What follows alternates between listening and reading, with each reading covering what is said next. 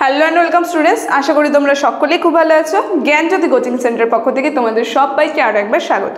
তো আমি মীরা ম্যাম, আমি আজ তোমাদের সেমিস্টার থেকে তোমাদের যে বাংলা বিষয় রয়েছে সেখানে যে তোমাদের অলংকার টপিকটা আছে সেখান থেকে যেই অলংকার নিয়ে আজ আমি আলোচনা করব, দেখো সেটা তোমরা দেখতেই পাচ্ছ স্ক্রিনে দেওয়াই রয়েছে, শ্লেষ অলংকার। এই শ্লেষ অলংকার নিয়ে কিন্তু আজ আমি বিস্তারিতভাবে আলোচনা করব। এই শ্লেষ অলংকারের সংজ্ঞা, এর উদাহরণ এবং এর শ্রেণী বিভাগ সমস্ত কিছু নিয়ে কিন্তু আজ আমি বিস্তারিতভাবে আলোচনা করব। অবশ্যই তোমরা ভিডিওটি শুরু থেকে শেষ অবধি দেখার চেষ্টা করবে। তো চলো আমি আলোচনায় চলে যাই। দেখো, সবার প্রথমে আমরা শ্লেষ অলংকারের সংজ্ঞাটা দেখব। দেখো এখানে বলা হয়েছে যে একটি শব্দ একাধিক অর্থে একবার মাত্র ব্যবহারের ফলে যে অলংকার সৃষ্টি হচ্ছে তার নাম হচ্ছে শ্লেষ অলংকার। মানে একটা শব্দ তার অর্থ কিন্তু বিভিন্ন ধরনের হতে পারে এবং সেই একাধিক অর্থ যখন ব্যবহার হচ্ছে, যেই অলংকারের সৃষ্টি হচ্ছে, তখন সেই অলংকারকে কিন্তু বলা হয় শ্লেষ অলংকার। দেখো এখানে বলা হয়েছে এতে একবার মাত্র শব্দটি ব্যবহার হয়, কিন্তু তাতে ভিন্ন ভিন্ন অর্থের ব্যঞ্জনা থাকে।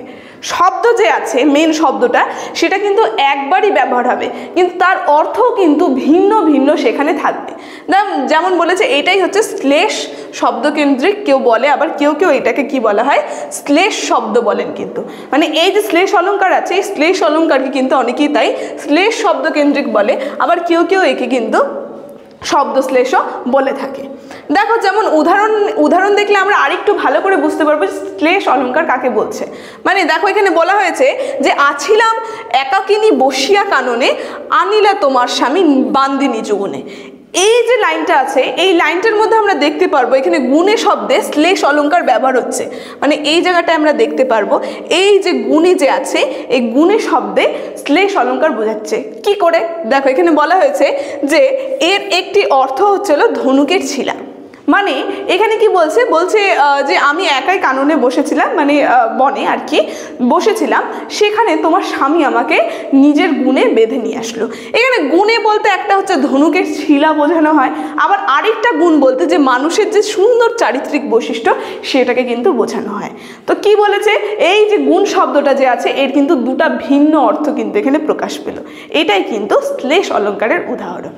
দেখো এরপরে আমরা দেখব এই যে শ্লেষ অলংকার আছে, এই শ্লেষ অলংকারের শ্রেণী বিভাগ। দেখো এখানে আমরা দেখব শ্লেষ অলংকার যে আছে, এই শ্লেষ অলংকারকে দুটি ভাগে বিভক্ত করা হচ্ছে। একটা হচ্ছে অভঙ্গ শ্লেষ, আরেকটা হচ্ছে সভঙ্গ শ্লেষ।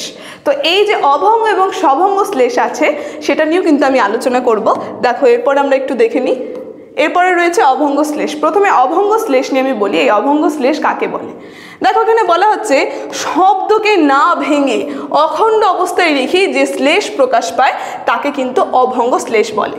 মানে আমরা এইভাবে মনে রাখবো, বলছে অভঙ্গ, অভঙ্গ মানে ভাঙা যাবে না। তো সেটাই এখানে দাঁড়াচ্ছে, যদি আমরা কোনো শব্দকে না ভেঙে যখন যে শ্লেষ অলংকার প্রকাশ পাচ্ছে সেটাকে আমরা বলবো অভঙ্গ শ্লেষ। যেমন উদাহরণটা দেখলে আমরা বুঝতে পারবো, এখানে বলা হয়েছে আনিলা তোমার স্বামী বান্দিনী যুগনে। এই দেখো আলোচ্য উদাহরণে আমরা দেখব যে শ্লেষাত্মক শব্দ হচ্ছে না গুণে। এই যে গুণে শব্দ যে রয়েছে, প্রথম অর্থ হচ্ছে হলো ধনুকের ছিলা। প্রথমে বললাম এই গুণে শব্দটি রয়েছে, প্রথম অর্থ ধনুকের ছিলা। তারপরে দ্বিতীয় অর্থ হচ্ছিল উৎকর্ষতা। মানে প্রথমে যে বললাম যে একটা মানুষের সুন্দর চারিত্রিক বৈশিষ্ট্য, সেটাকেও কিন্তু গুণ বলেছে। তো শ্লেষাত্মক শব্দটিকে না ভেঙে যে একাধিক অর্থ পাওয়া যাচ্ছে সেটাকে কিন্তু অভঙ্গ শ্লেষ বলা হয়। মানে এখানে কি গুণে যে শব্দটা, এটাকে কিন্তু আমাদের ভাঙতে হলো না, সেই কারণে এটাকে বলা হচ্ছে অভঙ্গ শ্লেষ। দেখো এরপর আমরা দেখব সভঙ্গ। এখানে আমরা মনে রাখবো এখানে শব্দটাকে কি করতে হবে, ভাঙতে হবে, তারপরে কিন্তু এই শ্লেষ অলংকার তৈরি হবে বা সৃষ্টি হবে। দেখো এখানে সেটাই বলেছে যে অখণ্ড অবস্থায় শব্দের শ্লেষ প্রকাশ পায় না। মানে এই শব্দটা আমরা দেখব এখানে অখণ্ড অবস্থায় কিন্তু প্রকাশ পাবে না। এই যে শব্দকে ভাঙলে শ্লেষ প্রকাশ পায় তার নাম হচ্ছে সভঙ্গ শ্লেষ, এবং একাধিক অর্থ পাওয়ার জন্য শ্লেষাত্মক শব্দটিকে ভাঙতে হয়। মানে এখানে দেখব এই যে শব্দটা যে রয়েছে, এই শব্দটাকে কি করতে হবে, আমাদের ভাঙতে হবে, তারপরে কিন্তু এর ভিন্ন ভিন্ন অর্থ প্রকাশ পাবে। এর আগে কিন্তু গুণে শব্দটাকে আমরা ভাঙিনি, কিন্তু এখানে কিন্তু শব্দটাকে আমাদেরকে ভাঙতে হবে, তারপরে কিন্তু সেটা ভিন্ন ভিন্ন অর্থ প্রকাশ পাবে। যেমন উদাহরণ দেখলে আমরা বুঝতে পারবো, আমার দিনের শেষে ছায়াটুকু মিলাইলে মুলতানি গুঞ্জন তার রবে চিরদিন। বলছে আলোচ্য উদাহরণে শ্লেষাত্মক শব্দ দেখবো আমরা মুলতান। এই যে এখানে যে মুলতান যে শব্দটা আছে, এই জায়গায় দেখবো যে মূলতান শব্দটা আছে, এই শব্দটা হচ্ছে শ্লেষ। কি করে সেটা এখানে বলছে, এই যে মূলতান শব্দটির প্রথম অর্থ হচ্ছে একটি রাগিনী, ঠিক আছে, এটা একটা রাগিনীর নাম। কিন্তু দ্বিতীয় অর্থে আমরা যে দেখব মূল যোগ তান, এই দেখো এই জায়গাটা কি দেখবো, শব্দটাকে কিন্তু ভেঙে দিল। ভাঙার ফলে কি হলো, এর প্রধান অর্থ হচ্ছিল সুর, এই সুরটা কিন্তু প্রকাশ পেল, মানে শব্দটাকে কি করতে হলো, কিন্তু ভাঙতে হলো। তারপরে কিন্তু যে অলঙ্কারটা হলো সেটাকে কিন্তু বলা হচ্ছে সভঙ্গ শ্লেষ। সেটা এখানে বলেছে যে একাধিক অর্থ পাওয়ার জন্য কি হলো, এই যে শ্লেষাত্মক শব্দ আছে এটাকে কিন্তু আমাদের ভাঙতে হলো, সেইটাই হচ্ছে সভঙ্গ শ্লেষের কিন্তু উদাহরণ।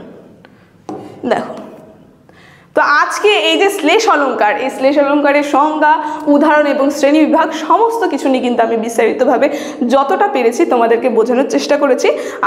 আজ আমার আলোচনা এতটুকুনি ছিল। আলোচনাটি আমি এখানেই শেষ করছি। তবে শেষ করার আগে তোমাদের সঙ্গে একটা গুরুত্বপূর্ণ ইনফরমেশন জানিয়ে দিয়ে যায়। স্ক্রিনে তোমরা দুটো নাম্বার দেখতে পাচ্ছ, এই নাম্বার দুটি হচ্ছে আমাদের জ্ঞানজ্যোতি কোচিং সেন্টারের অফিসিয়াল হেল্পলাইন নাম্বার।